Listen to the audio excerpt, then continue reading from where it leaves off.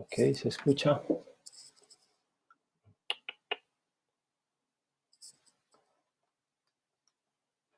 Buenas noches. ¿Me escuchan? ¿Me escuchan?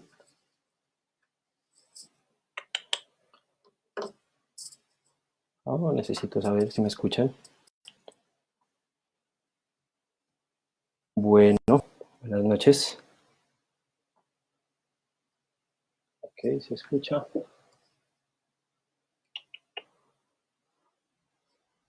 Ok, no se ve. Vamos a parar una cosita.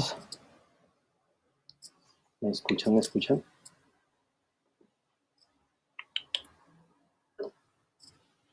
Oh, no, necesito saber.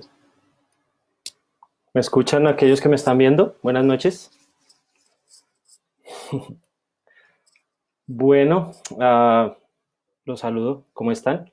Mi nombre es Manuel Gómez Aguaquiña. Am, es la primera vez que hago estas cosas, así que será toda una experiencia para mí, como también para ustedes.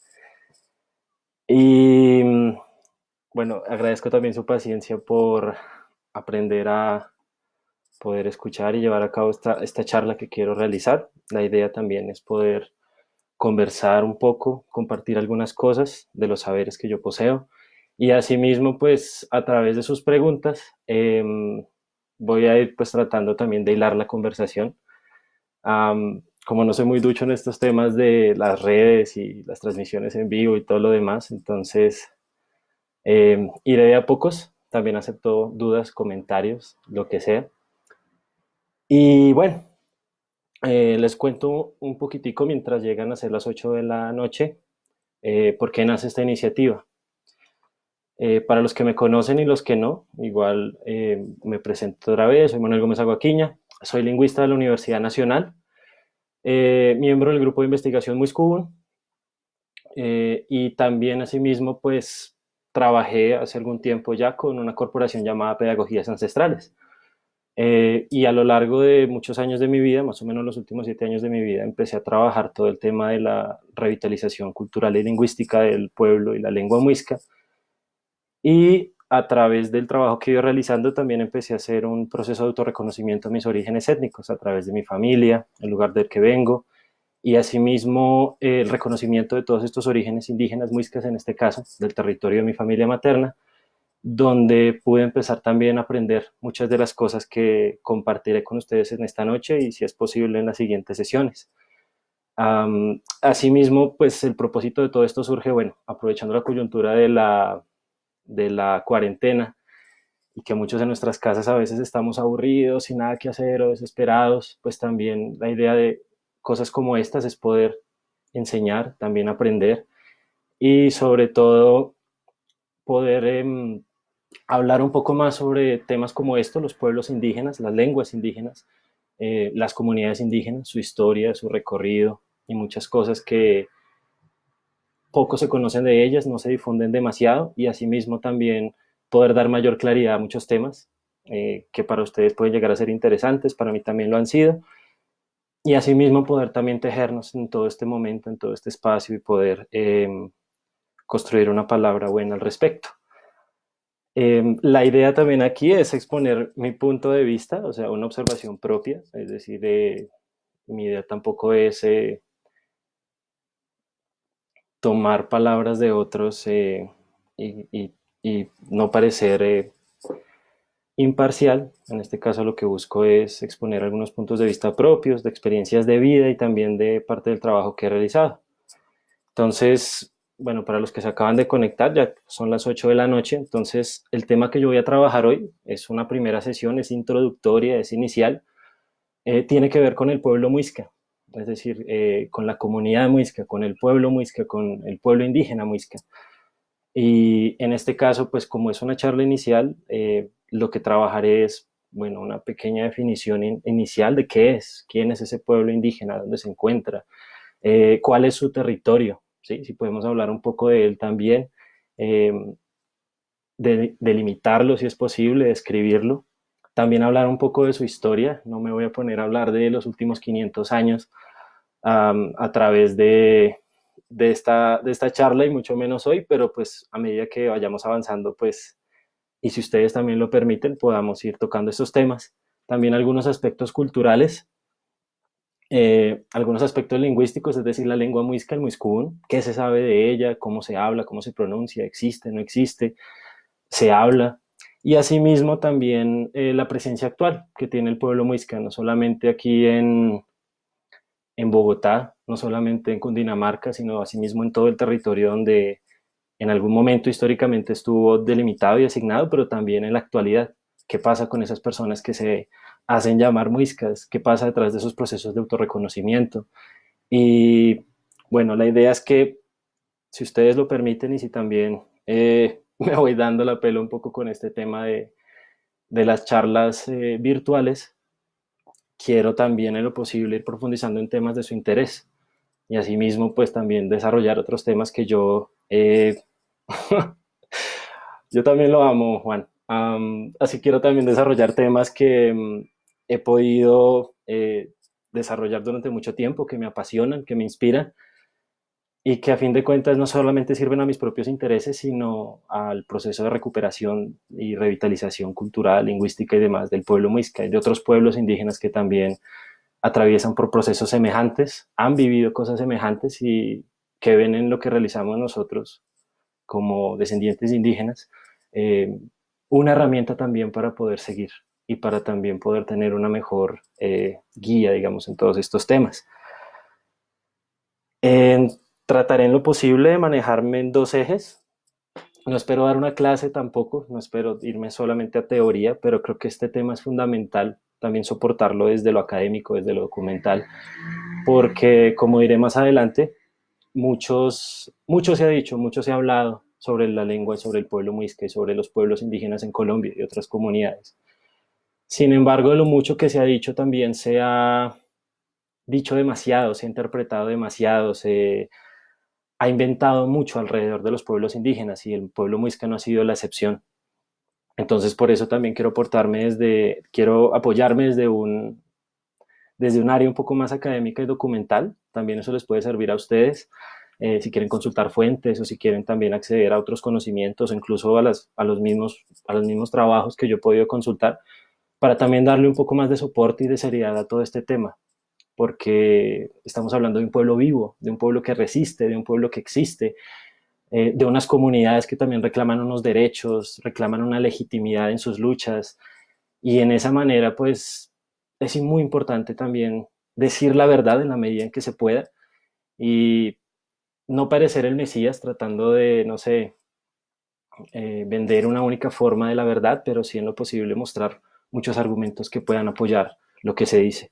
Y creo que pues también el objetivo de estos videos y de estas sesiones pues era dar un poquitito más de claridad y de guía pues a quienes les interesen estos temas y a eh, evitar también tantas cosas que se han inventado alrededor de nosotros y de muchas otras comunidades.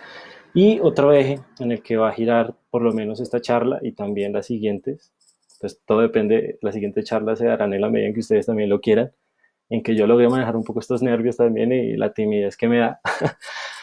Y es el eje de las experiencias de vida, desde la experiencia práctica que yo he podido tener en todo esto. Y en este caso es mi experiencia propia, pero también las personas con las que he caminado, con las que he trabajado, uh, incluso de mi propia familia, de mis abuelos, mis bisabuelos, mis tíos, mis tías, la gente del campo, de mi vereda y todas estas cosas. Y asimismo de otros compañeros muiscas, de otros compañeros indígenas y de otras personas con las que he podido trabajar que me han mostrado, digamos, una nueva manera de entender lo muisca y de poderlo vivir y de poderlo luchar también. Entonces, bueno, y también asimismo las personas que tienen muchos elementos culturales de lo muisca, de lo indígena, que han aportado mucho dentro de este proceso y dentro de otros procesos, pero que no se reconocen, que no les interesa un reconocimiento ni estatal, ni legal, ni de otras comunidades, pero sí lo hacen de forma propia. Y lo que buscan es contribuir un poco más en todo esto. Entonces, bueno, como les había dicho, bueno, Chowe, hola a todos. Lo que acabo de decir en muisca es estoy bien, a los que me están saludando por acá. Lo que haré a continuación, entonces, es, bueno, primero hablar un poco y aclarar un poco a lo largo de esta charla de cuáles son esos mitos, por ejemplo, que se han construido alrededor de lo muisca. Mi idea principal es partir desde el pueblo muisca o chipcha, también como se le conoce, eh, y hablar un poco de él, pero en la medida en que se pueda también tocar incluso otros temas de interés respecto a otras comunidades, otros pueblos y otros temas en los que podamos abordar y que desde lo muisca sean transversales a todo esto. Y es que, digamos que, bueno, desde hace mucho tiempo, más o menos como desde principios de los años 90, incluso más, con la constitución del 91 y con todas eh, estas dinámicas de autorreconocimiento y autodeterminación de los pueblos que se vinieron dando a finales del siglo pasado, para muchas comunidades empezó a surgir la duda y la inquietud como de, bueno, nosotros, ¿qué somos? ¿Cuáles son nuestros orígenes? Ah, ¿qué es lo que cuentan nuestros abuelos? Venga, encontramos algo en nuestros territorios, en las actas notariales de nuestras familias. Empiezan a surgir muchas dudas respecto a todo esto, a nuestros propios orígenes. Y a medida que va pasando, digamos, los finales del siglo XX y empiezan con el tiempo a organizarse las personas alrededor de un territorio, de prácticas culturales en común, cuando empiezan a surgir cosas relacionadas con, venga, estas palabras que nosotros usamos me suenan como de otro lado y todo esto, todas estas dudas, lo que ocasionaron para muchas personas, en mi caso también, y para otros, fue empezar a excavar un poco y a profundizar en nuestros propios orígenes. Y a lo largo de los años, muchas personas empezaron a organizarse en grupos, en cabildos, en colectivos, en comunidades. Y bueno, con los años, y a medida que fue madurando esta marcha, entonces ya a principios de los 2000, 2005, 2010, y a medida que estas personas fueron organizándose o aprendiendo un poco más o buscando mucho más dentro de sí mismos y dentro de sus familias, empezaron a relacionarse cada vez más o empezaron a encontrar que había muchas semejanzas de lo que tenían, de lo que vivían, de lo que sentían, de lo que experimentaban o de lo que conservaban ellos o sus mayores, empezaron a darse cuenta que se relacionaba cada vez más con un pueblo, con una comunidad indígena que habitó estos territorios que tenía como nombre Muisca, el pueblo Muisca, la comunidad Muisca, uh, el pueblo Chipcha, por ejemplo. Y ha sido para mí, como seguramente tal vez para otros compañeros indígenas o para otras compañeras también, todo un reto empezar cada vez más a justificar, a poder visibilizar esto que reclamamos, que asumimos, que luchamos. En ese pueblo, por ejemplo, que nos suena de antaño, prehispánico, tan lejano, y darnos cuenta que somos descendientes de eso, venimos de eso. Entonces también es a través de la historia, de la academia, eh, cómo nosotros también nos vamos recordando en historias que seguramente no pudimos vivir o cosas que no pudimos sentir, pero asimismo desde el plano de la actualidad también podemos justificar lo que somos y también podemos demostrar un poco nuestros propios orígenes. Entonces, bueno, el pueblo muisca o pueblo chipcha, como también se le conoce en la antigua literatura, en la academia y en otras partes, es actualmente, bueno, fue, es y seguramente será en la medida en que sobrevivamos, existamos, continuemos las tradiciones de nuestros mayores, un pueblo indígena colombiano que se ubicaba principalmente en los departamentos de Cundinamarca, Boyacá y Santander. Entonces, bueno, a medida que nos acercamos un poco más como a este tema del territorio, también surge un mito, y es que se ha asignado el pueblo muisca o se le ha ubicado, o se le ha relacionado con el altiplano cundiboyacense. ¿Sí? Y existe el mito del altiplano cundiboyacense y es un mito en la medida que para quienes viajan mucho y conocen estos departamentos, pues no todo es alto y plano, no todo es una llanura grande y extensa. Es un territorio quebrado, lleno de valles, montañas, páramos, ríos, desiertos. Es un territorio diverso, es un territorio variado. Y en ese lugar, en esos territorios tan diversos y tan variados, es donde se asentaron nuestros antepasados. Es donde incluso viven nuestras familias, donde vivimos nosotros. Hola a los compañeros que saludan. Buenas noches. Y bueno, digamos que en estos territorios diversos y diferentes, muy distintos de como lo plantea la literatura, de relacionarlos con altiplanos o como a veces se vende ficcionalmente que está ubicado nuestro pueblo, que estamos ubicados nosotros, um, fue donde el pueblo muisca histórico, cuando me refiero a lo histórico desde ya hace bastante tiempo, desde el siglo XVI y tiempo para acá, donde se establecieron cada una de las comunidades y cada uno de los pueblos, cada uno de los cacicazgos de los que, por ejemplo, nosotros hemos conocido, sabemos de su existencia. Digamos que los muiscas no ubicaban, bueno, no se ubicaban totalmente en Cundinamarca y no se ubicaban totalmente en Boyacá y no se ubicaban totalmente en Santander. Generalmente el pueblo muisca, y eso es lo lindo, que todavía incluso se conservan los patrones de poblamiento y todavía podemos sentirlo y todavía podemos experimentarlo. Um, Se ubicaba generalmente en la rama de la cordillera oriental de los Andes colombianos y siempre se movía alrededor de las montañas, pero asimismo también de los valles o de tierras frías. Y generalmente seguía la cordillera oriental en su camino hacia el oriente de, hacia el oriente de Cundinamarca, el oriente de Boyacá, el Casanare, subiendo de ahí hasta arriba, hasta La Guajira. El pueblo muisca seguía el recorrido de la cordillera. Es lo que se ha podido encontrar en documentos coloniales, en documentos históricos, en documentos arqueológicos, en mucho trabajo académico también, eh, que podemos consultar al respecto. Y digamos que lo que podemos ver, por ejemplo, en el occidente de Cundinamarca, que hoy en día son municipios como Quipile, Río Negro, Paime, todas estas tierras que están hacia la vega del río Magdalena generalmente se asociaban con otros pueblos indígenas, como el pueblo Musocolima, que es un pueblo que en el momento, bueno, es un pueblo que ya no existe, es un pueblo extinto, su lengua también, todavía nos quedan muchas muestras de su lengua, y es un pueblo que limitaba con el pueblo muisca en la frontera suroccidental. Y por el otro lado, cuando por ejemplo nosotros llegábamos al oriente de Boyacá, toda la región de Campo Hermoso, Páez, Bermeo, el suroriente de Boyacá, tenía una frontera, es decir, el pueblo muisca que habitaba en estos territorios, tenía una frontera también con otro pueblo indígena, del cual todavía hoy se escuchan historias, tradiciones y conocimientos muy, muy valiosos todavía, es el pueblo de los teguas. De hecho, para quienes, bueno, han escuchado esta palabra, el tegua generalmente se asocia con el médico tradicional, el curandero, el yerbatero, y esta región tuvo una influencia de los teguas. Por el otro lado, cuando nos vamos, por ejemplo, al norte de Boyacá, nosotros podemos encontrar, o bueno, antiguamente la frontera que tenía el pueblo muisca en el norte de Boyacá, centro norte de Boyacá, era con el pueblo de los guanes y también con el pueblo de los chitareros.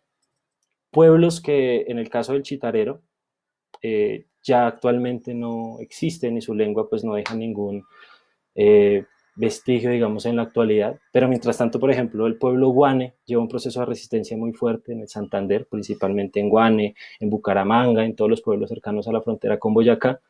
Y es un pueblo que, aunque no conserva su lengua, sí todavía conserva muchos rasgos culturales respecto a sus tradiciones, sus orígenes, sus historias propias. Y digamos que es un pueblo que atraviesa por una situación muy parecida a la nuestra, el pueblo muisca y a otras comunidades indígenas.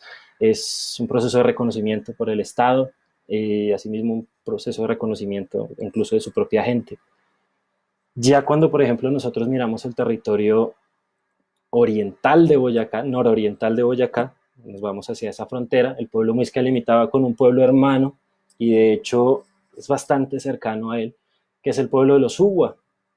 Entonces los Uwa, por ejemplo, se encuentran ubicados en municipios como el Cocuy, como Huicán, como Chiscas y de ahí para arriba. Y también limitan con Santander.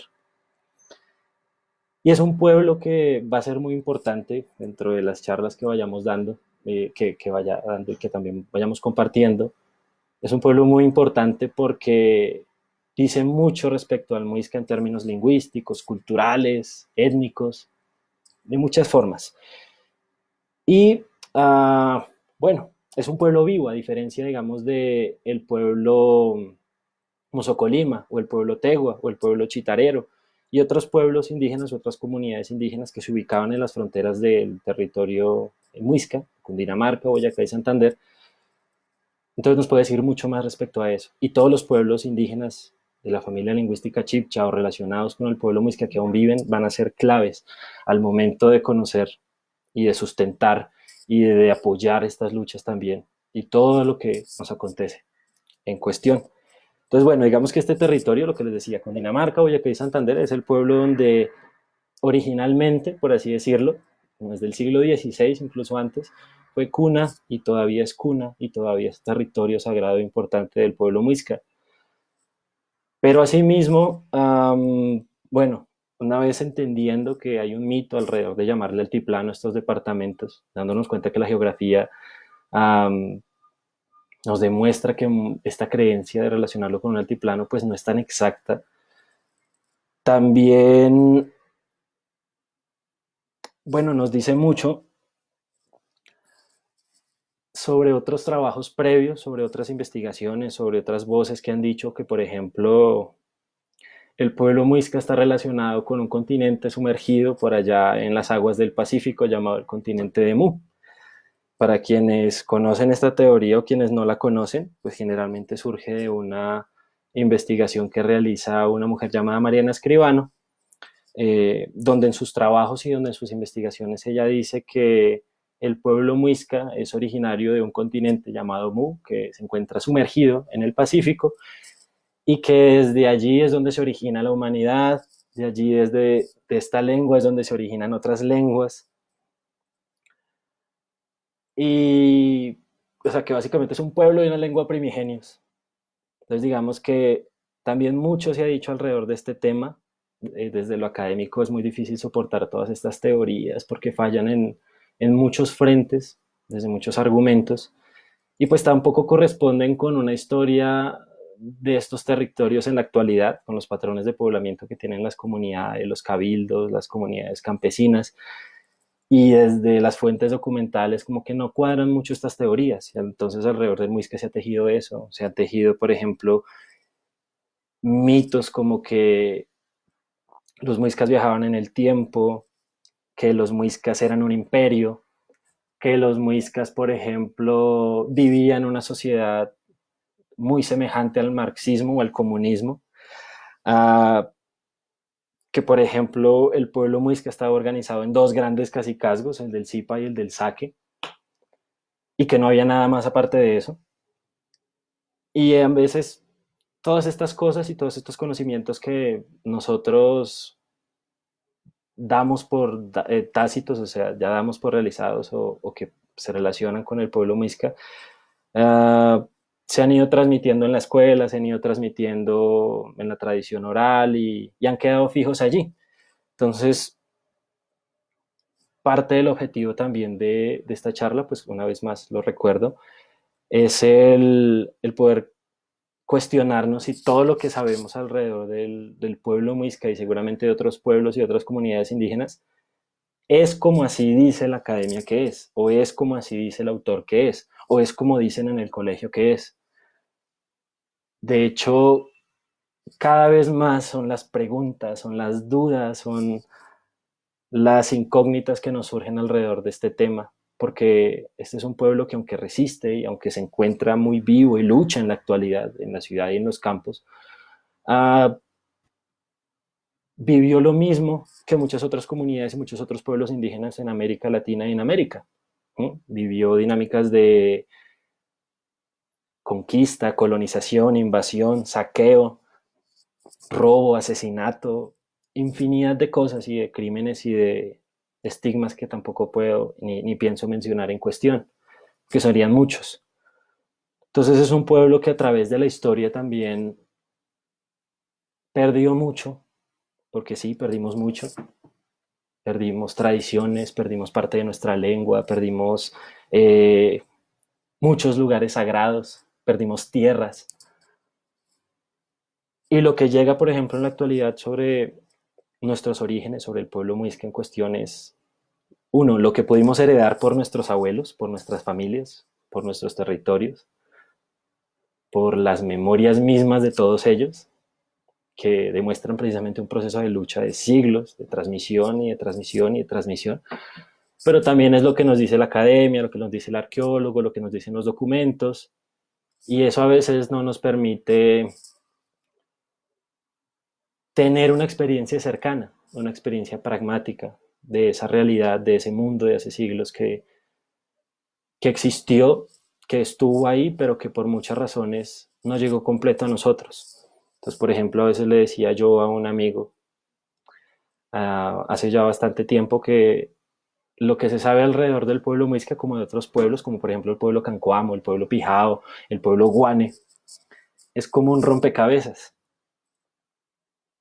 La historia, la gente, la lucha, la vida permitió que muchas de estas cosas sobrevivieran, de que muchas de estas fichitas llegaran hasta la actualidad, con aspectos culinarios, lingüísticos, culturales, de apariencia física, apellidos, nombres, tierras, de todo. Pero hay otras cosas que quedaron y seguramente quedarán perdidas en la historia, perdidas en el tiempo y también en la medida que muchos de sus sabedores también fallecieron o se los llevó la conquista, la colonia y demás cosas consigo, jamás podremos saber. Pero también esto más que un motivo de desmotivarnos, valga la redundancia, es, un, es una llama que impulsa precisamente la lucha que muchos comuneros y muchas personas y muchas comunidades han ido realizando a lo largo del tiempo y siguen realizando en la actualidad, que nos demuestran que aunque no podamos ser siempre un pueblo completo, que no podamos ser un pueblo que sabe toda su historia, toda su lengua, todas sus tradiciones de la manera intacta, por ejemplo, que otros pueblos sí las tienen, no podamos salvaguardar, proteger, conservar y transmitir muchas de las cosas que hemos sido y nosotros o ellos o ustedes incluso también, que son compañeros muiscas que están viendo esto o compañeros que tal vez no sean indígenas o sean indígenas, pero que igual encuentran en esto una motivación, que vamos en esto una oportunidad de hacernos más fuertes, conservar, transmitir. Entonces, cuando hablamos un poco de la historia del pueblo muisca, en parte estamos hablando de la historia de muchos otros pueblos indígenas, colombianos, latinoamericanos en particular, pero asimismo también ha tenido unas particularidades. No podemos hablar de que en México o que en el Perú, por ejemplo, o que en el Amazonas o en el Brasil o en la Patagonia pasó lo mismo que, por ejemplo, pasó acá. ¿Sí? El pueblo muisca, por ejemplo, fue un pueblo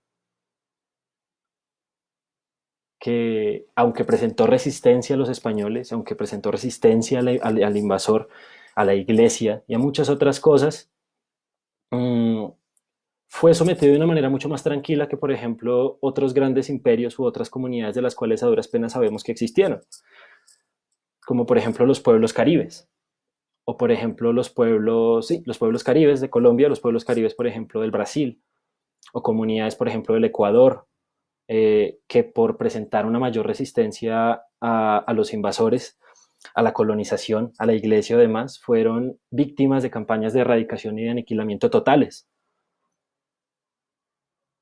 Digamos que el pueblo muisca tuvo la particularidad de que, aunque presentó resistencia, también asimiló de una manera mucho más sencilla, no digo que fácil, de una manera mucho más sencilla, la conquista, la colonización y todo lo que consigo llevó, en parte porque los españoles, así como muchos pueblos occidentales que invadían otras comunidades o que realizan estas campañas de exterminio, eh, fueron muy inteligentes en utilizar los sistemas de organización jerárquicas que tenían muchos pueblos y muchas comunidades indígenas y se dieron cuenta que si reemplazaban la cabeza, si reemplazaban el líder, si reemplazaban al cacique, al taita, al xipcua, como se diría, por ejemplo, cacique en lengua muisca, y lo reemplazaban por el encomendero, por el rey, por el virrey, por el corregidor, por una autoridad española, el sistema se conservaba y de esa manera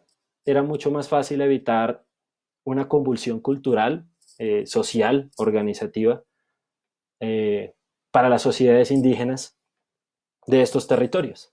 Son modelos que no imperaron siempre en toda América Latina, no imperaron siempre aquí en Colombia, incluso en el mismo territorio muisca, pero que la historia y que la historia pasada y la historia actual todavía nos confirman. Fueron estrategias que utilizaron los españoles y que utilizaron los conquistadores para usar los pueblos que ya estaban aquí a su acomodo, reemplazando algunas cosas de ellos sin alterarlos demasiado.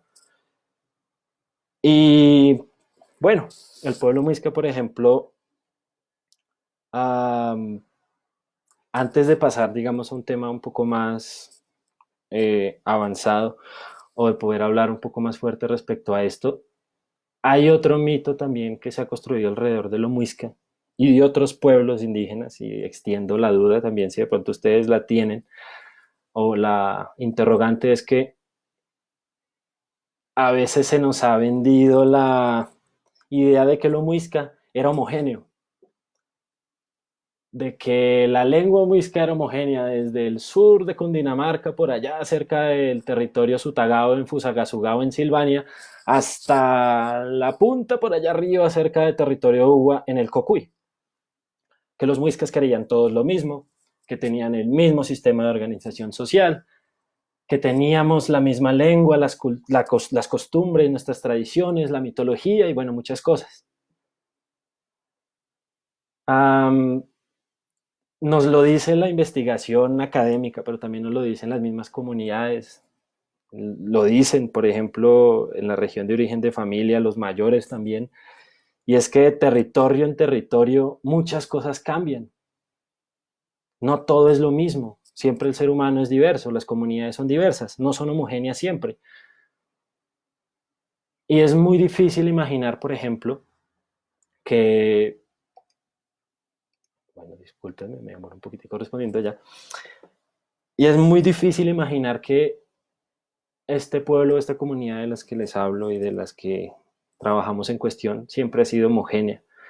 De hecho, por ejemplo, hay evidencia lingüística de que había y hay todavía variedades dialectales de la lengua muisca, es decir, la lengua muisca que se hablaba en, que se hablaba en aquella época, en el siglo XVI y XVII, realmente pertenecía a un área muy particular de ese territorio grande que habíamos descrito, bueno, que había descrito anteriormente.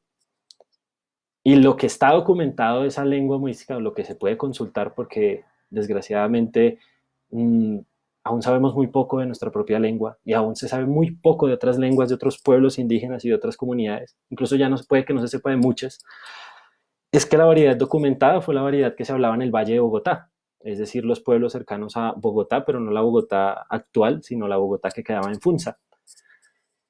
Y los pueblos como Nemocón, Chía, Suba, Bosa, Sesquilé, Zipaquirá, ah, pasando el río Bogotá, por ejemplo, Madrid, Mosquera, Funza, que obviamente no conservaban esos nombres en español, esos pueblos hablaban una variedad en particular de la lengua muisca. Y los españoles lo dijeron, y lo dijeron los mismos indígenas. Lo dice en la actualidad, por ejemplo, el uso de muchas palabras, de muisquismos, de palabras que todavía existen en la actualidad de la lengua muisca, que se presentan variedades dialectales, que en un territorio tan extenso era muy complicado que se hablara una misma variedad de lengua, que se hablaran las mismas palabras, que no existieran formas de pronunciación diferentes, como cuando hablamos, por ejemplo, el español de Colombia, no es el mismo en todas las regiones. Y eso mismo pasó también con dinámicas culturales, con la mitología, con las tradiciones, con los usos y las costumbres. Entonces, por ejemplo, es muy curioso cómo cuando los cronistas o cuando los españoles hablaban, por ejemplo, de las creencias de los muiscas, no sé, del sur del territorio muisca en Cundinamarca, ellos generalmente hablaban de que los indios tenían, por ejemplo, tradiciones asociadas con la luna, con los astros, mientras que cuando vamos a territorio muisca en el norte, por así decirlo, estaban los indígenas hablando de un culto al sol y otro tipo de seres y otro tipo de deidades que, por ejemplo, no van a coincidir en el mismo territorio. ¿Sí? Ok, me hablan del Duit, por ejemplo. Entonces, digamos que en cuanto a aspectos mitológicos o religiosos o culturales, no se puede presuponer, no se puede hablar de una cosa homogénea, porque incluso en la actualidad, cuando nosotros, por ejemplo, hablamos de ser descendientes de estos pueblos indígenas, de este pueblo indígena, pues tampoco podemos recrear ficciones. Tenemos que hablar desde nuestras propias realidades, desde lo que sabemos, desde nuestro territorio, del pedazo, por así decirlo. Y cuestionarnos mucho si los patrones de conocimiento, por ejemplo, que hemos aprendido en la escuela o en la universidad o con las personas que nos hablan de estos temas, son verdades absolutas. Y, por ejemplo, ya que pregunta aquí el compañero Bren, y es otro compañero del grupo de investigación muy en el que yo trabajo, por ejemplo, ¿ustedes sabían que en Duitama se hablaba otra lengua diferente? Bueno, para los que saben, bacano. Para los que no, ni siquiera tendrían por qué saberlo. Porque desgraciadamente incluso todos estos temas relacionados con los pueblos indígenas o las lenguas indígenas o con minorías o con los otros no se tocan en la escuela, no se tocan en el colegio o se nos venden verdades arregladas. en parte por intereses hegemónicos y otras cosas, pero bueno. Entonces, la lengua que se hablaba en el territorio alrededor de Duitama, que es lo que por lo menos conocemos o suponemos que se hablaba en aquella región, era una lengua llamada Duit. De ella solamente nos quedan, por ejemplo, que como una lista de 100 palabras, incluso menos, tal vez 80, eh, donde uno encuentra muchas similitudes y congruencias y como cosas en común con el muisca, pero no es el muisca porque tiene variedades ortográficas o tiene fonemas que, por ejemplo, no existen en el muisca. Y entonces uno dice, ¿esa lengua qué hacía ahí? Cuando uno supone que la lengua muisca era la única que se hablaba en ese territorio. Y entonces, por ejemplo, para los que más nos interesa este tema de las lenguas, y trataré de no ser muy ñoño al respecto, sino poder ir profundizando en otras cosas, es que, por ejemplo, el pueblo Uwa, que es un pueblo indígena que se sabe históricamente y ellos mismos lo cuentan, llegaba mucho más abajo que los territorios en los cuales ocupa, es decir, llegaba hasta pueblos como San Mateo, Guacamayas, La Ubita, Guavita, y todos estos pueblos mucho más abajo de los que actualmente habitan, podrían llegar a tener una relación con el Duit, pero tampoco estamos seguros de eso. Es como si el Duit, por ejemplo, fuera una transición entre el Ugua de la Sierra, de la Sierra Nevada del Cocuy, y el Muisca que venía de territorio mucho más abajo. Entonces nos damos cuenta que, por ejemplo, vea, en la mitad de Boyacá hay una lengua diferente, y lo dicen los lingüistas, pero lo dice también la investigación. Desgraciadamente no las mismas comunidades, porque esta lengua desapareció muy rápido y muy fácil, y lo que hay de ella es casi nada. Y bueno, esto sustenta un poco lo que les decía de... bueno, voy a ver un momentito los comentarios. Bueno, esto sustenta un poco esa falta de homogeneidad que hubo en este territorio, en el altiplano, los departamentos de Cundinamarca, Boyacá y Santander. Y bueno, otra cosa también que nos permite, por ejemplo, justificar todas estas variaciones y todas estas heterogeneidades que se encontraban en estos territorios son los saberes actuales de las comunidades. A medida que yo vaya profundizando un poco más en este tema, en siguientes charlas, trataremos de entender qué relación tiene, por ejemplo, voy a usar las comillas, el campesino cundiboyacense. Digo campesino porque campesino es un término socioeconómico y socioeconómico principalmente, que no nos dice nada étnicamente de las personas a las que se les asigna este rótulo. Nada, étnicamente. Porque básicamente dice que es gente que vive y trabaja del campo y vive de él. Y es que en lo posible trataremos de entender, o trataré incluso yo de hablar, o de tratar yo mismo de entender todo este tema, es esa relación que existe entre el campesino cundiboyacense con el pueblo indígena de hace 500 años, con ese pueblo indígena de hace 200, y de explicar y de justificar que realmente es mucho lo que tenemos en común con ese pueblo indígena de lo que pensábamos, que incluso está vivo, que incluso todavía existe en formas de habla, en costumbres, en usos, en muchísimas cosas, que generalmente no lo reconocemos, se hace porque en la escuela, en la familia a veces, o de donde venimos, nunca se le ha prestado el suficiente interés a conocer nuestras propias raíces, nuestros propios orígenes, eh, a conocer mucho la memoria de nuestros abuelos, de los lugares de los que venimos. Sin embargo, también en poder reconocer qué relación existe entre el muisca de hace 500 años, de hace 400, de hace 200, con el campesino cundiboyacense actual, y con él nuestros abuelos, nuestros padres, incluso nosotros mismos, pues nos lleva a entender que incluso es nuestro deber y es nuestro papel para los compañeros muiscas que, por ejemplo, me miran ahora, o para compañeros no indígenas incluso, pero que participan en cosas como estas, es nuestro papel permitir que esa continuidad se dé. Ahora bien, yo me siento hablando demasiado de este tema, entonces me gustaría también, si alguno de ustedes quiere hacer alguna pregunta en particular, en parte porque esto es un primer acercamiento muy inicial a todo este tema tan denso. Serían demasiados libros de historia y demasiadas cosas ñoñas las que podría explicarles por acá, pero pues esa no es la idea. La idea es poder aprender, preguntar, salir de dudas. Entonces, me gustaría, si alguno tiene una pregunta que hacer, la voy respondiendo. Y en esa medida, pues vamos hilando mejor posibles otras sesiones. Entonces, no se lancen todos. Ninguna pregunta es mala.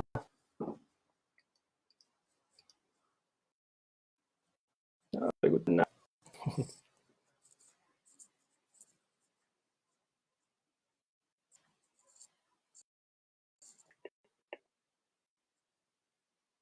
¿Nadie? ¿Nadie?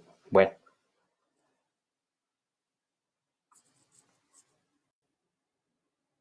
Ok. Pregunta a alguien. ¿Cuál es la situación actual de la lengua muisca? Bueno, es un tema de largo aliento. Obviamente no alcanzo a hablar ahora. Hay otra pregunta chévere. Ya la voy a responder. Um, de la manera más resumida posible, la lengua muisca es una lengua muerta. No es una lengua extinta porque poseemos documentación de ella. Está consultable incluso por internet en la página del Grupo de Investigación Muiscún. Ustedes pueden encontrar los diccionarios y todo esto. Ustedes pueden encontrar que la lengua fue documentada por lo menos mucho mejor que otras lenguas indígenas. Incluso de algunas que solo sabemos que existieron porque alguien las mencionó, pero no habló nada más de ellas. Y es una lengua muerta que se dejó de hablar aproximadamente en el siglo XVIII. Um, pero que eso no implica que no haya sobrevivido, no exista de forma de sustrato y que sobrevive actualmente en las tradiciones, en los usos, en las costumbres de las comunidades campesinas o de las comunidades muiscas que actualmente reclaman una existencia. Entonces, aunque la lengua está muerta, hay fuertes procesos de revitalización en muchos cabildos reconocidos por el Estado, en otros que no están reconocidos todavía por el Estado. Uh, e incluso que hay procesos de revitalización que se están dando en comunidades campesinas que no se reconocen como muiscas, pero que saben, tienen elementos indígenas allí. Y bueno, esa es otra duda que puede surgir para otra parte de la conversación, es que necesitamos reconocimiento estatal, que papá Estado nos diga que existimos, o es más válido para nosotros que nosotros mismos nos reconozcamos y que me reconozcan los demás, y no que el Estado me carnetice o me diga que sí, evidentemente tú existes. Entonces, ese es el estado actual de la lengua. Hay muchos procesos de revitalización actuales. No hay hablantes nativos. Quien les diga que es hablante nativo les está diciendo mentiras, porque para eso se necesita mucho tiempo, mucha formación, aprender gramática e interiorizar la lengua y ser hablante monolingüe.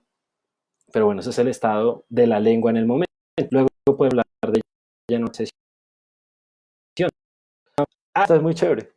Preguntan cómo puedo saber si tener acercamiento previo, si soy o mi familia es muisca. Es un asunto complejo. Y lo voy a contar un poco desde mi experiencia personal. Mi familia es originaria, y diría mi abuelo, o sea, yo soy originario, mi familia es originaria de una vereda en el Valle de Tensa que se llama Aguaquiña, de un pueblito que se llama Pachavita. Si de pronto por allá alguien de Pachavita le mando saludos. El caso es que desde la experiencia cercana que yo con mis abuelos, con mis tíos, del campo, siempre veía que había cosas que, por ejemplo, no enseñaban en el colegio, que no decían en la escuela, que igual formaban parte de los saberes, de las tradiciones de mi familia o de los vecinos o de mis amigos, es decir, que formaban parte de los saberes de la comunidad. Pero uno no los encontraba en los libros de historia o al parecer era como muy de ahí. Y entonces, por ejemplo, mi abuela siempre hablaba, mi bisabuela hablaba de encantos, de que las lagunas tenían vida, de que las peñas, por ejemplo, estaban encantadas, o de que las lagunas, por ejemplo, tenían espíritus guardianes, o que a veces en las noches de luna llena se aparecían cucacuyes, o a veces mi abuela usaba palabras que yo ni idea.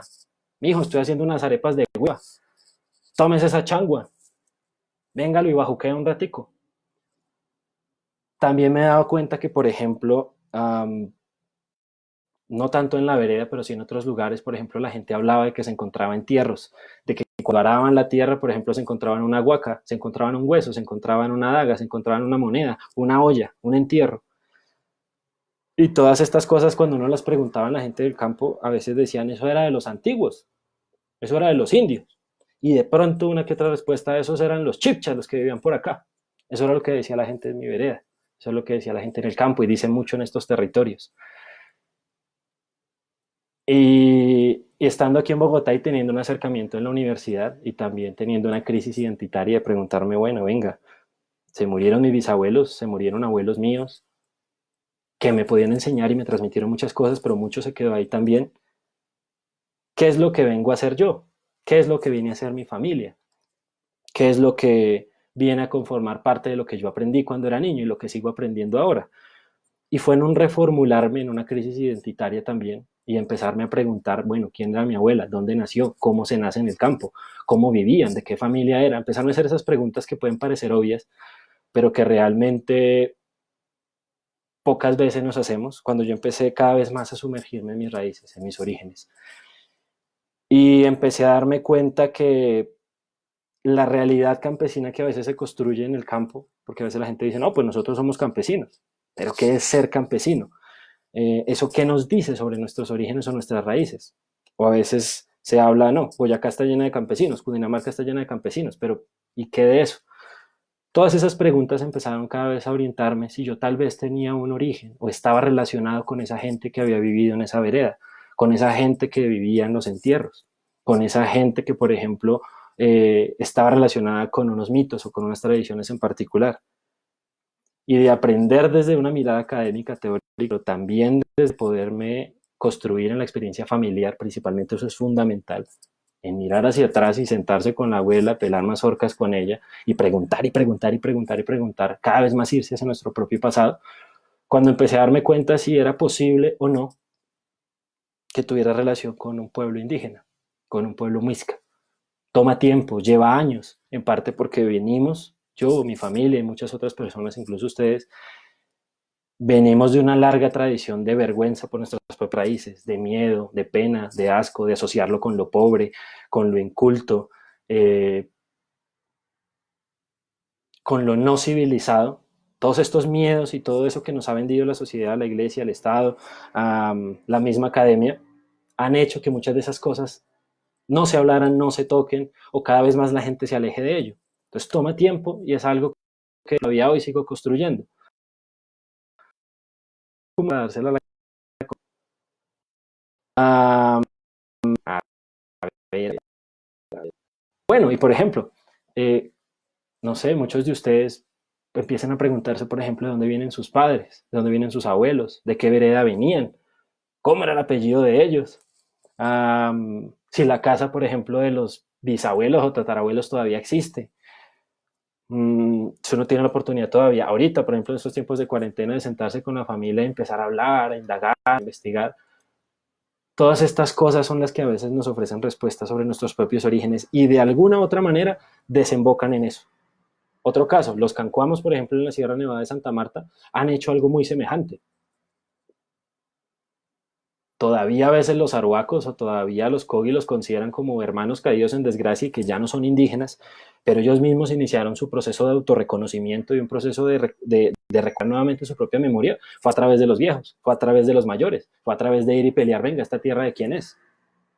Venga, vamos a la academia también, necesitamos apoyo desde lo institucional. Entonces es básicamente a través de la memoria, a través de preguntarse a uno mismo uno qué es, eso suena como muy crisis existencial, pero es a través de eso como uno puede llegar un poco más a estos temas. Bueno, hay otra pregunta que dice, ¿qué mérito tiene ser muisca hoy? ¿Cuál es el papel de ese pueblo en el territorio? Yo creo que no hay mejor mérito que ser muisca y reconocerse como tal y reconocer a otros o que lo reconozcan a uno. No hay mejor mérito que ser prueba viviente y ser prueba existente de que la resistencia sirve para algo, de que nos mató la historia, no nos mató la iglesia, no nos mató mucho menos uh, el olvido, no nos mató la conquista, la colonia. Es ese mérito de demostrar que todo pueblo tiene la oportunidad de resurgir, a pesar de que pasen los siglos, de que pase el tiempo, de que pasen muchas cosas que incluso nos hagan olvidar nuestros propios orígenes, o a veces de a poquitos. Otra vez vuelvo con lo que decía del, ah, de las fichitas que más o menos de nosotros se han ido perdiendo, pero otras que nos llegan en la actualidad. Ese es el mérito, también de ser ejemplo, y de ser ejemplo para otros pueblos que están en un camino semejante. Vuelvo y les digo, por ejemplo, estas son preguntas y son temas que se han hecho los pijaos en el Tolima, que se han hecho los cancuamos en la Sierra Nevada, que se han hecho en Santander los guanes, que se han hecho otros pueblos indígenas, por ejemplo, en la Florida, que se han hecho otras comunidades indígenas que la historia se encargó de decir que ya no existían, o la academia o el Estado que ya no existían, pero que en sus respectivos territorios volvieron a resurgir. ¿Qué es lo que pasa con lenguas que se consideran muertas o extintas y aún así hoy en día vuelven a hablarse? Y hay gente que todavía tiene las ganas y la berraquera de decir, un momentico, estamos acá. Creo que ese es el mérito que conlleva poder ser parte de esto. Y sobre todo también es una responsabilidad de saber traer claridad o saber hacerlo bien, de honrar a los antepasados, de hacer más por uno y por los de uno que por los de allá arriba. Con los de allá arriba, no sé, por el Estado, el colegio, el cura, la educación. Uno sirve finalmente a uno mismo y a su propia gente, mucho más que otras entidades. Y vuelvo también y retomo un poco, ¿yo le sirvo al Estado? ¿O los muiscas le sirven al Estado? No, se sirven a sí mismos y sirven a otros pueblos, se sirven a su propia memoria. Y el papel de este pueblo en este territorio yo creo que es mmm, demostrar que este territorio tiene memoria, demostrar que este territorio tiene un pasado, que tiene un presente y que tiene un futuro. El papel de muchos muiscas en la actualidad, por ejemplo, que son originarios del territorio de Bogotá o de Suba o de Bosa, o sea, de estos territorios, es demostrar que esos territorios tuvieron un pasado, que son territorios indígenas, que son territorios campesinos, que encima de todos esos conjuntos, de esa carretera, de esa avenida o de ese parque, hay y existe todavía una historia, una tradición, un entierro, una fotografía que nos muestra cómo era antes y que demuestra que la ciudad no puede con eso, o que el desarrollo, entre comillas, no ha podido con eso y que ese territorio todavía sigue ahí. Y es, por ejemplo, no sé, el hecho de que yo les diga, es que el campesino cundiboyacense tiene una relación fuertísima con el muisca, es también que mucha gente diga, no, que va, puro cuento. Eso es una habladuría, nosotros no tenemos nada que ver con los indígenas, no, esos indios se murieron, se acabaron. O sea, también lleva, por ejemplo, a plantear muchas dudas ahora, muchas cuestiones lógicas y de construirnos y realmente preguntarnos si todo lo que sabíamos respecto a nosotros o a los demás es totalmente cierto. Y todo es o nada es muisca o indígena hasta que se pruebe lo contrario. Y en esa prueba, en esa lucha es donde pues muchos están y muchos estamos. Ese podría ser el papel del pueblo muisca en la actualidad. Por ejemplo, recordar que los territorios tuvieron vida. En Suba, por ejemplo, tengo conocimiento y sé también por compañeros de allí que ellos se paran duro por sus humedales, por las chucuas, por ejemplo, que chucua es una palabra de lengua muisca, significa humedal, pantano. Se paran duro por sus chucuas, se paran duro por sus cerros. Yo me puedo parar duro por mi vereda, o me puedo parar duro porque no quiero que llegue gente que no es de ahí a comprar y a, por ejemplo, lotear, o a sacar gente de ahí. Creo que ese es el papel también, de recordar que ese territorio está vivo y tiene una fuerza. Ña, Ña, Ña. Sí, claro, el pueblo muisca, respondiendo a la pregunta aquí de Juan, es un pueblo danzante y músico. Todos los pueblos, indígenas o no lo sean, reían por algo, lloraban por algo, peleaban por algo, se paraban duro por algo. Y de hecho, muchas de las cosas relacionadas con el aspecto musical o folclorístico, todavía es posible rastrearlas en la actualidad en los saberes de la gente del campo, en los instrumentos que se fabrican todavía en el campo o se fabricaban, porque realmente muchos de ellos han desaparecido por olvido o porque no se documentaron. Pero claro, es un pueblo que tiene muchísima tradición que sobrevive en las de los abuelos, en los bailes, en las danzas, en las coplas, carajo.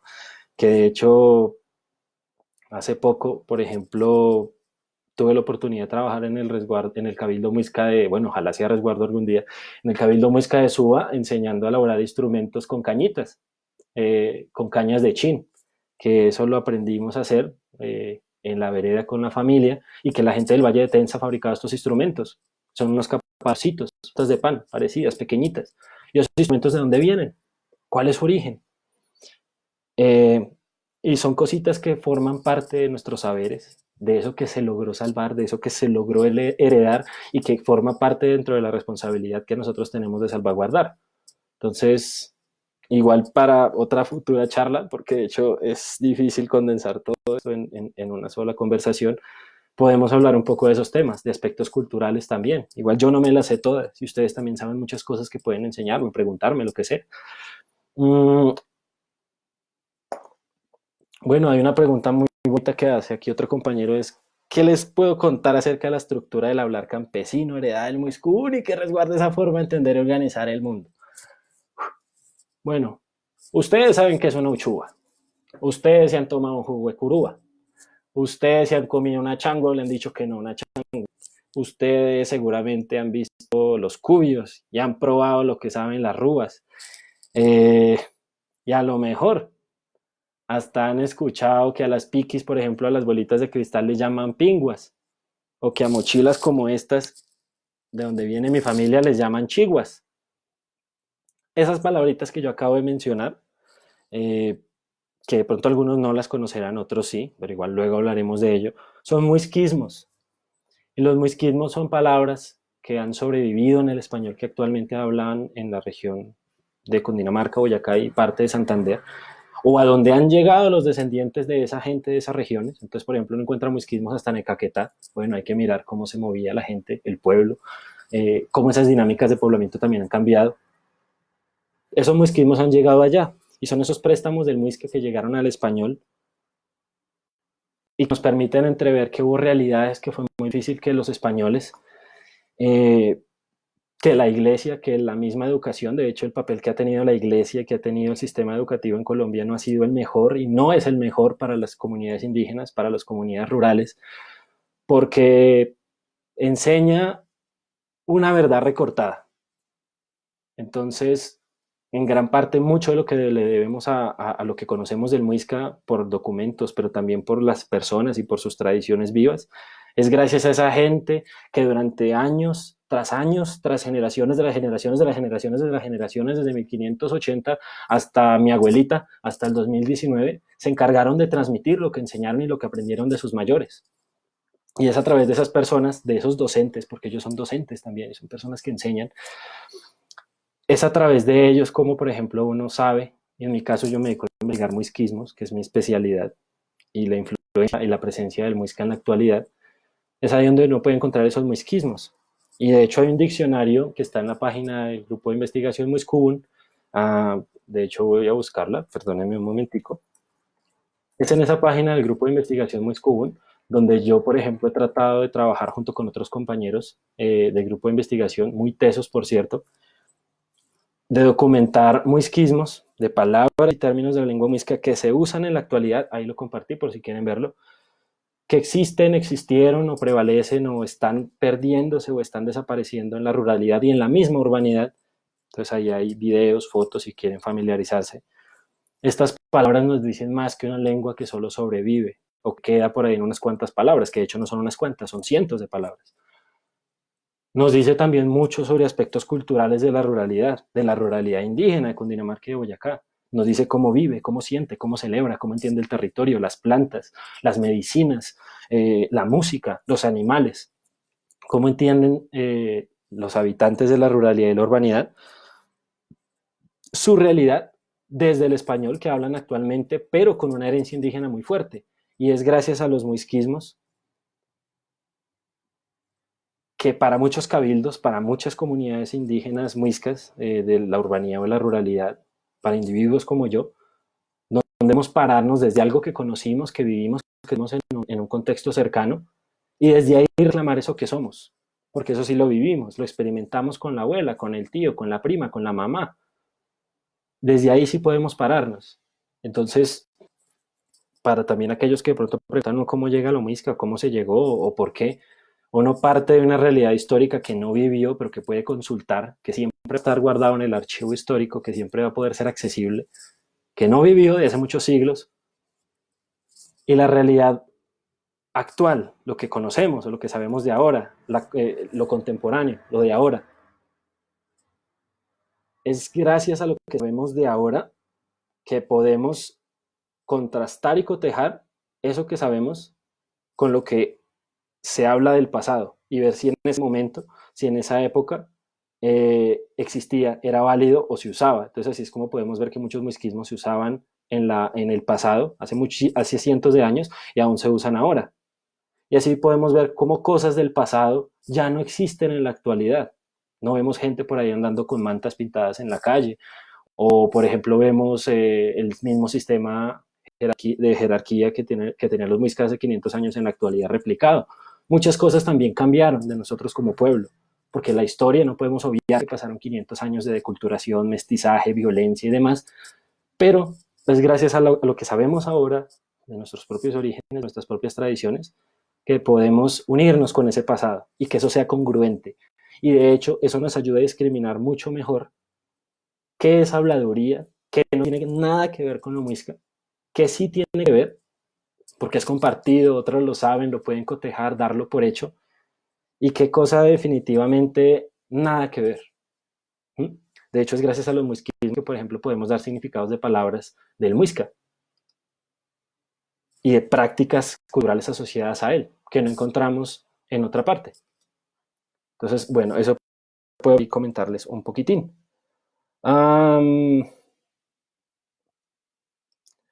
Bueno, pregunta a alguien más, es que si la carranga y los ritmos de donde viene tienen que ver con lo muisca.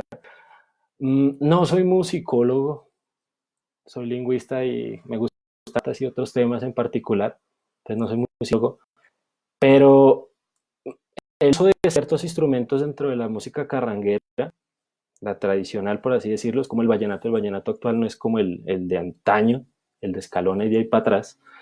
Uh, la carranga más típico tradicional que usaba instrumentos como la carraca, los capadores, los chiflos, la guacharaca, por ejemplo, las maracas, incorporan muchos instrumentos que no necesariamente tienen que ver con el pueblo muisca en particular, pero sí con prácticas musicales y culturales de otras comunidades, en este caso sean indígenas.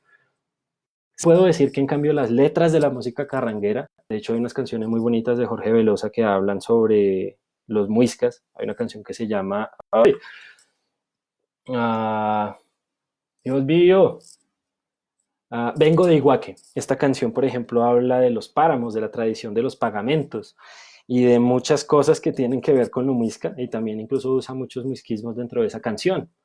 La China que yo tenía es otra canción que incluso incorpora una palabra que es del origen muisca, la rebancá, y Jorge Velosa la usa para hablar de esa ruralidad campesina, entre comillas, que sin reconocer incorpora mucho lo indígena. Entonces, la carranga como tal sí tiene algunos elementos. Creo que su base musical no es de todo de un origen indígena, de hecho es más occidental o europea, pero hay influencias de lo muisca o de lo indígena en muchas cosas de la actualidad. Claramente que ya vemos en otros territorios, en el Tolima o en el norte de Santander o en el Arauca o en el Casanare o en el Caquetá, ya uno ve que las costumbres, las tradiciones, las formas de vida y muchas cosas en general ya varían demasiado. Entonces ya tienen influencia de otras partes, pero sí sabemos, o puedo poderlo asegurar, que lo que es Cundinamarca, Boyacá y Santander y más o menos sus alrededores tienen una gran influencia de todos estos pueblos indígenas, de este pueblo indígena en particular. Y bueno, ya son las 9. De pronto voy a hablar, si ustedes me lo permiten, tal vez otros 10 minutitos, como para ir cerrando. Son muchos temas y siento que hablé también demasiado. Y la idea en lo posible es en otras siguientes sesiones poder abordar otros temas y preparar también algo mucho más ordenado. Y es que el tema de lo muisca actualmente también nos supone un reto, y me lo supone también a mí o a los compañeros que me están viendo o a otras personas, y es que en nosotros mismos recae la responsabilidad de conservar, transmitir, luchar y reivindicar todas estas tradiciones, todas estas historias, cuentos, palabras, formas de vida, vestimenta, de poblamiento que aprendimos de nuestros mayores. Y es un reto también hoy en día luchar por eso en un estado en el que vivimos. que bueno, ustedes ya sabrán en qué estado es en el que vivimos, un estado de zoológico. Y es un reto asumir esos retos, valga la redundancia, en países como este. Es un reto, por ejemplo, luchar contra el desconocimiento de muchos o contra la ignorancia de muchos sobre estos temas, que niegan nuestra existencia o niegan la existencia de otros pueblos, que niegan la existencia de nuestras prácticas o que nos ligan, por ejemplo, con lo campesino carente de cualquier significado o de cualquier asociación étnica. Entonces, es una responsabilidad muy grande que asumen otros compañeros y compañeras, otras comunidades. Y un reto fundamental también yo creo que es el salvaguardar lo que todavía podemos salvaguardar de las memorias de los mayores. De hecho, pensaba yo con todo este tema del coronavirus, que Dios no lo quiera, no sé, hubiera una mortandad la berraca, por ejemplo, en los campos o en Bogotá. ¿Cuántos mayores, cuántos abuelos de esos que de pronto ya no estuvieran o estén enfermos o ya no estén, por ejemplo, al morir, solamente se llevaran sus saberes, no solamente se llevaran su presencia física, sino los saberes de esos territorios de donde venían? ¿Cuántos de esos abuelos fueron copleros, músicos, campesinos, artesanos? Y muchas de esas cosas se fueron con ellos por una enfermedad.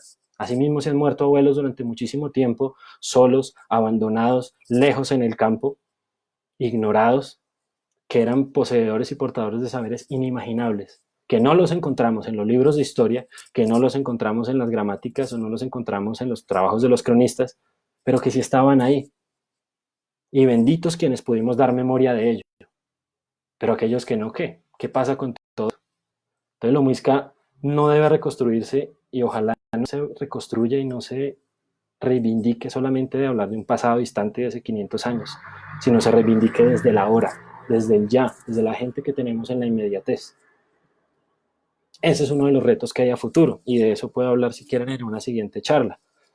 Bueno, siendo a una compañera es, no hay familia lingüística muisca, y de paso para también los que quieran saberlo. La lengua muisca o muiscún, que en lengua muisca eso significa lengua de la gente, cún significa lengua, muisc o muisca significa gente, eso es lo que significa lengua de la gente. La lengua muisca viene de una familia lingüística llamada familia lingüística chipcha, que es una familia lingüística que viene desde Centroamérica, para como en Costa Rica, y que viene a parar casi a acabar más o menos hasta Cundinamarca, un poquitico más abajo. De ello hay muchas lenguas que, por ejemplo, conocemos en la actualidad, y si no, bueno, igual trataré de hacer también difusión lingüística. Lenguas como el arhuaco, como el cabécar, como el cuna, como el ugua, como el barí, como el etetara. Esas son lenguas chipchas, que son, así es decir, familiares de la lengua muisca, y de hecho es gracias a esas lenguas vivas y esos pueblos vivos que podemos cotejar, venga, qué similitudes tienen las palabras o la lengua muisca con esas lenguas. Algunas son mucho más cercanas, como el ugua, entonces encontramos estructuras muy parecidas, significados semejantes. Otras ya son demasiado distantes, como las de Costa Rica, por ejemplo, las de Centroamérica, pero esos pueblos vivos, esas lenguas vivas nos permiten reconstruirnos. Entonces, es también un trabajo muy interesante que no se puede hacer solo, que no se hace solo, también con conocimientos compartidos. También la familia lingüística chipcha, por ejemplo, tiene muchas lenguas que ya no se hablan, que desaparecieron. Entonces está el muisca, está el duit, y digamos que incluso estos conocimientos relacionados con lo lingüístico también nos acercan a realidades a las que muchos de nosotros somos ajenos. ¿Cuántos de nosotros sabemos, por ejemplo, cuántas lenguas indígenas se hablan en Colombia? ¿Cuáles pueblos indígenas las hablan? ¿En dónde están ubicados? Eh, Incluso hay pueblos indígenas que solo tienen un solo hablante vivo. Y eso está pasando. Entonces, así como mientras tanto en el mundo tenemos todo un tema de la pandemia y muchas cosas por el estilo, también tenemos dramas humanos, dramas culturales, cosas que se van a acabar inevitablemente o evitablemente, si podemos trabajar en ello, que a veces no sabemos porque digamos que cosas como estas no se cuentan. Entonces, el papel que yo quisiera con estas charlas es en lo que yo pueda y en los saberes que haya tenido desde lo académico, pero desde los experienciales, incluso enseñar o aprender con ustedes esas cosas. Porque A fin de cuentas, uno también puede pecar por ignorar. Siempre es importante en todos estos temas dudar, cuestionarnos. Y pues bueno, yo por ahora, para no agotar el tema y también para ir preparando posibles otras charlas, am, les agradezco mucho también por el tiempo que ustedes han tenido para compartir conmigo y compartir ustedes conmigo, por el interés que tal vez estas preguntas que yo les hago, todo este tema, nos lleven a tener buenas crisis, diría Homero Simpson, oportun crisis,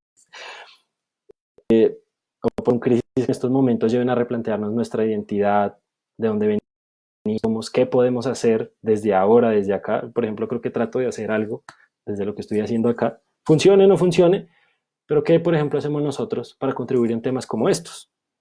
En lo posible también trataré de compartirles ya después por mi Facebook fuentes, si ustedes son como, bueno, y las fuentes y los soportes de todo eso, pues también fuentes de las cosas que he dicho, el link que roté del grupo de investigación, que igual volverá a rotar para los que se acaban de unir, pero que igual sepan que ya esto se va a acabar, para que también para que también busquen, se entretengan, investiguen un poco alrededor de estos temas.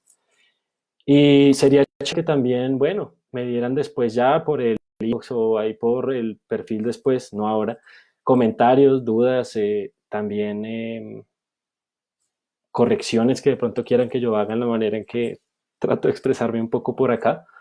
Mm, y de esa manera también mejorar un poco esta experiencia. Creo que de cuentas más que ñoñar por acá, lo que prima en estos momentos es conocer, formarnos, seguirnos tejiendo y seguir cultivando un poco en nosotros mismos. Hace rato no hacía este tema, no hablaba de este tema sobre lo muisca, sobre nuestras raíces indígenas, eh, pero es algo que no puede negar ni puede dejar de lado, porque a fin de cuentas sería dejarme a mí mismo y dejar a mi familia y dejar la labor de muchos por ahí. También, ya para acabar, insto a otros compañeros muiscas, otros compañeros que no sean indígenas o a quienes me estén viendo acá, de que usen sus saberes o sus conocimientos en cualquier hijo de mi área del conocimiento y los enseñen si quieren hacerlo. Creo que es lo mejor que uno también puede hacer por contribuir en estos momentos, pero también por contribuir en que el conocimiento sea público, sea gratuito y sea de todos. Creo que un pecado que a veces comete la academia con estos ejemplos es contarnos la verdad a medias o decirnos las cosas recortadas. Entonces, pues mi idea es en lo posible tratar de difundir de la mejor manera esto. Y de hecho, tengo una propuesta para ustedes, es que, bueno, no sé si mi abuela me está viendo, pero tal vez para una sesión, cuando hable sobre muisquismos, me gusta traerla a ella. Ella, por ejemplo, mi abuela ha sido una persona que ha conocido mucho este proceso desde cerca, es gracias a ella que sé muchas cosas que sé, es gracias a ella que de alguna manera llegué aquí a este mundo. Eh, y que ella nos compartiera un poco de las palabras de su tierra, de esas prácticas de los antiguos, de cómo, por ejemplo, lo indígena, tal vez sin reconocerse directamente como, pero sí como indígena, como algo de mucho tiempo atrás, persiste o existe todavía en ella misma, en su territorio. Y pues bueno, ya no sé, tratar de tener invitados o cosas por el estilo. Sin embargo, les agradezco mucho por su tiempo. Ah, bueno, en Muisca no diría fien chinga, que es muchas gracias. Y Misichoscua, es un abrazo. Espero haya sido de utilidad para ustedes esto. Y nada, un abrazo enorme. Buenas noches.